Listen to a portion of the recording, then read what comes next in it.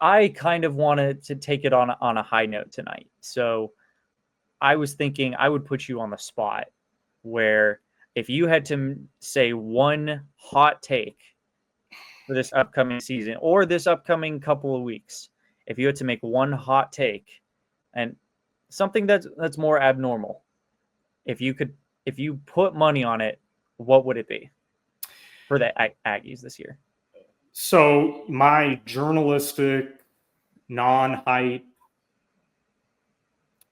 I mean, I guess, yeah, call it a hot take. I do believe A&M is going to be undefeated going into Baton Rouge. Okay, so that's where I sit right now, because and look, that a loss to Notre Dame could easily happen. Yeah, but having Mike on the show, who again did a fantastic job, we will hopefully have him back on either before or after A&M takes on Notre Dame. He really laid it out. Like, this Notre Dame team is very good. They're stacked at every level. Okay, well, so is A&M kind of in a lot of ways, right? And A&M has a quarterback who has seen it all. He has been thrown to the fire. He has played some of the best secondaries. You go back to playing Texas at the end of the year, being challenged more than he probably will ever be challenged outside of probably playing Notre Dame, their secondary.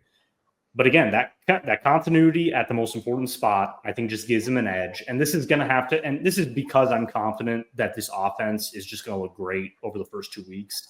And I think that I always go back to when A&M lost to App State. I think of the game before that. And I think of how Jimbo Fisher, I don't forget, this was my first year covering them. And Jimbo Fisher just looked like, we are not good enough. He just kind of said that. And we're like, oh, no, I think they scored like 40 points or something. And it's like, he's like, no, we're not good. And then the next week they lose to App State. I have not heard any type of, but we're still questioning this and we're not sure about this the entire offseason. And you can say that that's what every coach does, but it's not. If you look at Hugh Freeze right now, we just mentioned him with Auburn. And we will, speaking of Auburn, I cannot wait to have Taylor Jones on the show to talk about Auburn very soon. It's going to be a very fun show, so you guys should tune into that. But he was asked yesterday, I think it was yesterday or the day before, like, are you going to play 3 quarterbacks? He said, yep. Yeah. I mean, we have to. That if you were in a situation like that, you have to be honest. You cannot just say, no. I mean, because Jackson Arnold, former 5-star quarterback, didn't work out at Oklahoma. But man, he's going to an offense with Cam Coleman and Eric Kendricks and these 2 wide receivers, these future NFL first-round picks and a good offensive line. And still, there's questions around him. That hasn't been the case with A&M. Marshall Reed's the guy. And he's not being challenged by, no matter what people on social media have said, he's not being challenged at all. So you have the Aggies being 7-0 going into Baton Rouge. Yes. That is your hot take. Okay, that's my hot take. That's as far as I'll go. You have them going on the road to beating Notre Dame. You have them winning at home versus UTSA, Utah State. You have them winning at home versus Auburn, Mississippi State, and Florida. Yes, I do. Okay. And that's the thing. I'll say this. So Auburn and Mississippi State. And then going on the road to Arkansas. That one's. Yeah. Florida, I still give it to A&M because I think that they've kind of figured them out defensively. I think last year's game, in my opinion, I think their O-line is better than it was last year, obviously. And I think that they just destroyed Florida on the ground. I get the weather was different, and I get the swamp. It was a sloppy game and all that. But I think they've got their number. And I think that DJ Lagway is getting a little overhyped this offseason. I'm going to be honest. I love that kid. I think he's going to be great. But I think they're putting a lot of pressure on him to be that guy after half a season, right? He was trading reps last year, kind of like Marcel Reed was. And it's not like he came into the program as the definite starter because Graham Mertz was just getting hurt a lot. And, because I honestly think if Graham Mertz didn't get hurt, he would have started the rest of the season. Now, granted, I don't know if they would have won all those games because, Lagway had a great year at the end of the year. But I just see this every year, right? They put so much pressure on these guys to succeed. The only one who's really lived up to it is Caleb Williams back when he was at USC because he's a freak, right? And he was in an offense that was tailored to his skill set to a T, right?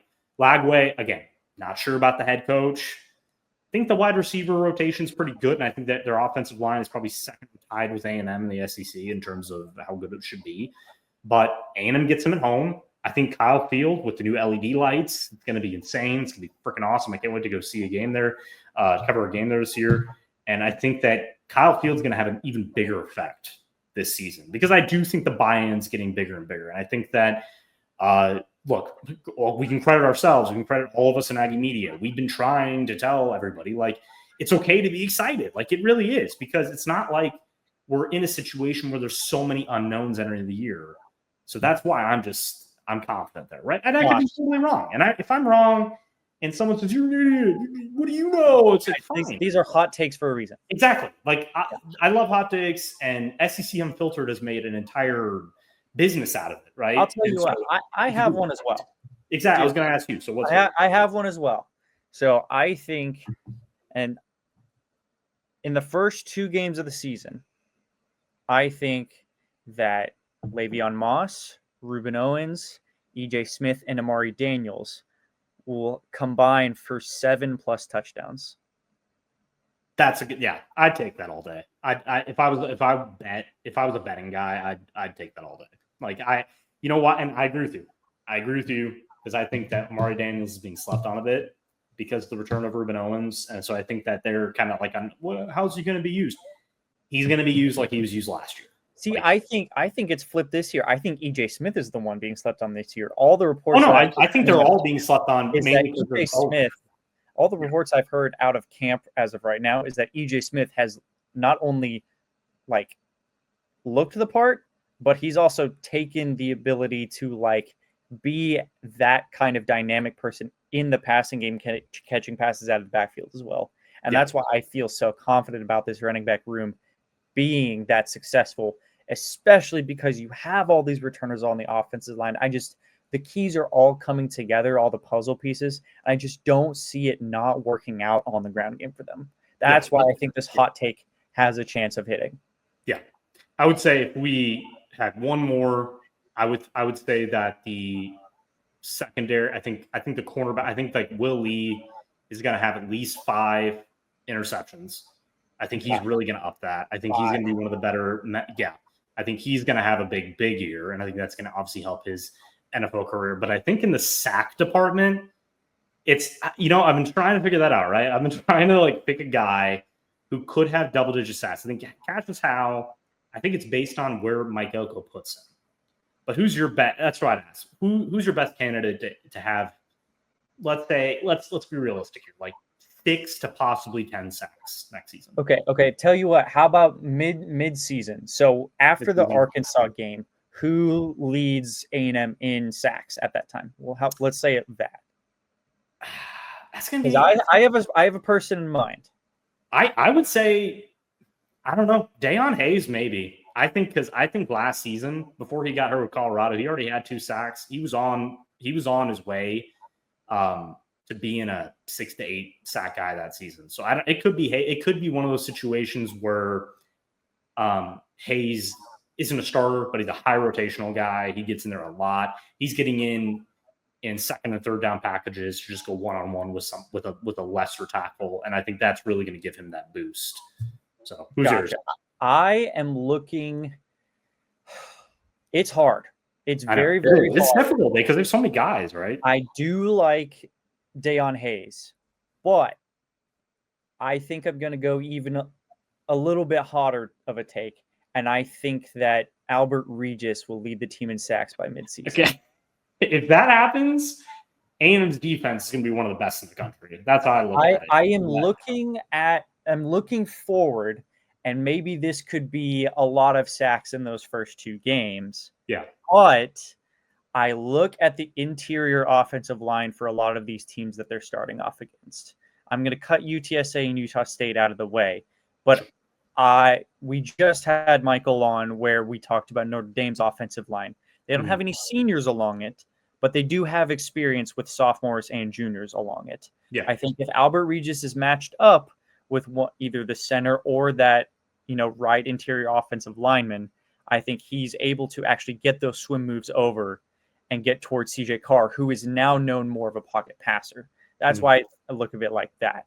You also have guys they play Arkansas, Florida, and Mississippi State, not to mention Auburn.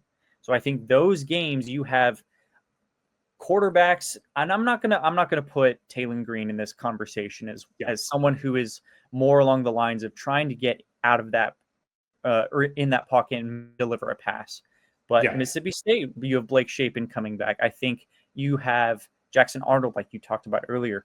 I think these guys are going to take a little bit longer in the pocket, and that's why I think Albert Regis is going to be able to collapse that pocket, being as experienced as he is, and just get those sacks. Maybe that means he's in for a lot of half sacks. But I think by midseason, it's my hot take, and I'm going to stand on it, that Albert Regis leads the team in sacks going into that LSU game.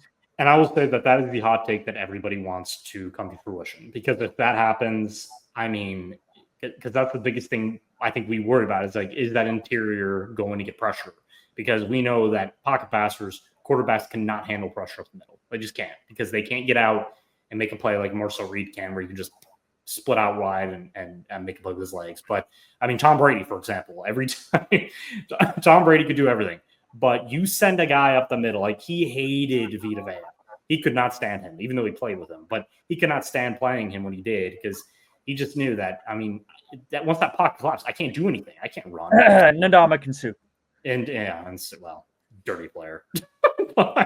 Still works. He's interesting. But no. Good example, right? It's like having that bit, and Regis, I think, has the skill set to do it. And I think, like you said, getting Tyler Odiadam now in that mix. I mean, somebody who played in a I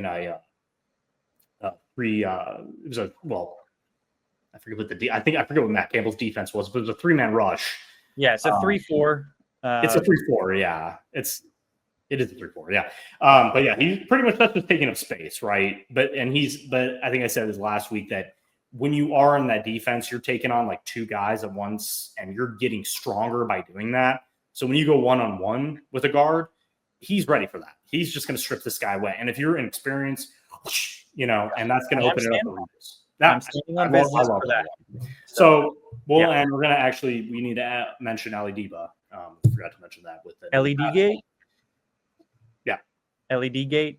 Is that what we're calling? I can't pronounce his name, but I'm still bad. But I think so. Really, if we did our floors and ceilings for A&M this year, I really think ceiling is 10-2. I think floor is 8-4. I would say 7-5, but I just do not think this is a 7-5 team unless they're extremely injured and I mean key injuries, and they just can't get past certain teams that are just better than them at that point. But yeah, I would say 10. I would say ceiling 10-2, floor 8-4. Gotcha. I'm a little bit more on the lines that because of the talent on the roster, I think it's a lot higher of a ceiling, but that floor also may be a little bit lower than I think. It's a very wide margin in my mind. I think the floor I think the most likely floor is 7-5, but I do also think the ceiling, the very high ceiling, is 11-1. Yeah, I could see that too. That is a big proponent, and that's why I think the most likely outcomes this season are either 9-3 and 10-2. But you can't tell me that a possibility, whether it's small or not, that this A&M team could go 11-1. You could convince me if you sat me down. Yeah, that's the thing. It's such a wide margin, and I am glad. I remember I saying that tweet, kind of the A&M fan base that's very realistic, and 7-5 was kind of a conversation, and it did make me think, right? Where would 7-5 come from? And I've seen that movie before, right? And like I said, I think it's just bad things happening throughout the season. I mean, guys going down, losing key guys. Maybe your offense doesn't. Let's say this. Maybe your defense just not live up to what we thought. Maybe your offense just is above average at best. And I hate even talking about this, but like Marshall Reed's not the guy, and he's struggling still. And you think you can have to rely on the run game, but the pass game just doesn't have any juice. And maybe, I would say like an injury like a Casey Concepcion getting hurt early or something, having to miss time, stuff like that, I think would derail you to the point where road games would be a challenge and 7-5 would become a reality. I just think, and I've heard, I believe Tony Catalina had Travis Brown and Carter Carrolls and pretty much all the Aggie beat writers on a podcast the other day, and I was kind of peeking in, and Carter basically said it. I mean, he kind of said what we are all thinking is that in order for the trajectory and really the opinion, the wide, massive opinion on A&M to change, is like you said, 11-1, 10-2. That would mean winning a lot of these road games, getting it done on the road against tough opponents in the SEC, and including defeating a Notre Dame in South Bend, defeating LSU on the road, possibly beating Texas and Austin in a year where Texas has been the most hyped team we've seen in a long time. Getting that done would completely change the trajectory of this program, especially getting to the college football playoff for the first time in program history. So 7-5 would just be going backwards completely. It would be detrimental to what it would be detrimental. I agree. It would be horrific for Mike Elko's future. Obviously, Colin Klein's future. If he's the butt of the failure, we'd see a ton of changes, and we'd see really a changeover again going to the offseason. We're not going to focus on that because going on the negatives is pointless before a season even begins. So I do agree. That's not being. I would say that both of us, that's not hyping it up, right? Because if you look at the schedule, you look at the talent, you look at the strengths, 10-11 wins is realistic. It's not just saying that. Because that should be the standard. That should be the standard now because of the way you're recruiting and because of the way you're gaining players from the portal and developing players. So that's as much we're going to do. But the levels of excitement are here.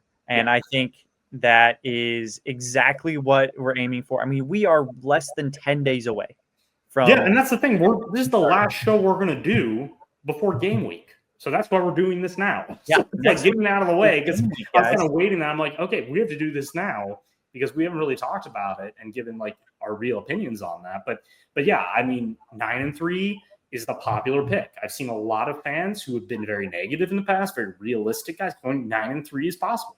And I like to see that. It's not because if you hear 8-4, it's some rival fan base, including Texas Tech, who I'm like, dude, you're not a Texas A&M rival. I don't know why you're getting in on it. Like, and we don't need to go into. I know, right? But I'm just saying, it's just funny to me. I'm like, you can't make that joke. But if you see that, you're just like, oh, they're making a joke.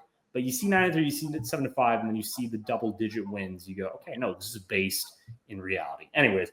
Yeah, tune in next week, guys. We will have an entire preview done on Texas A&M versus UTSA, kind of what is going to be the go-to and ready up for that game.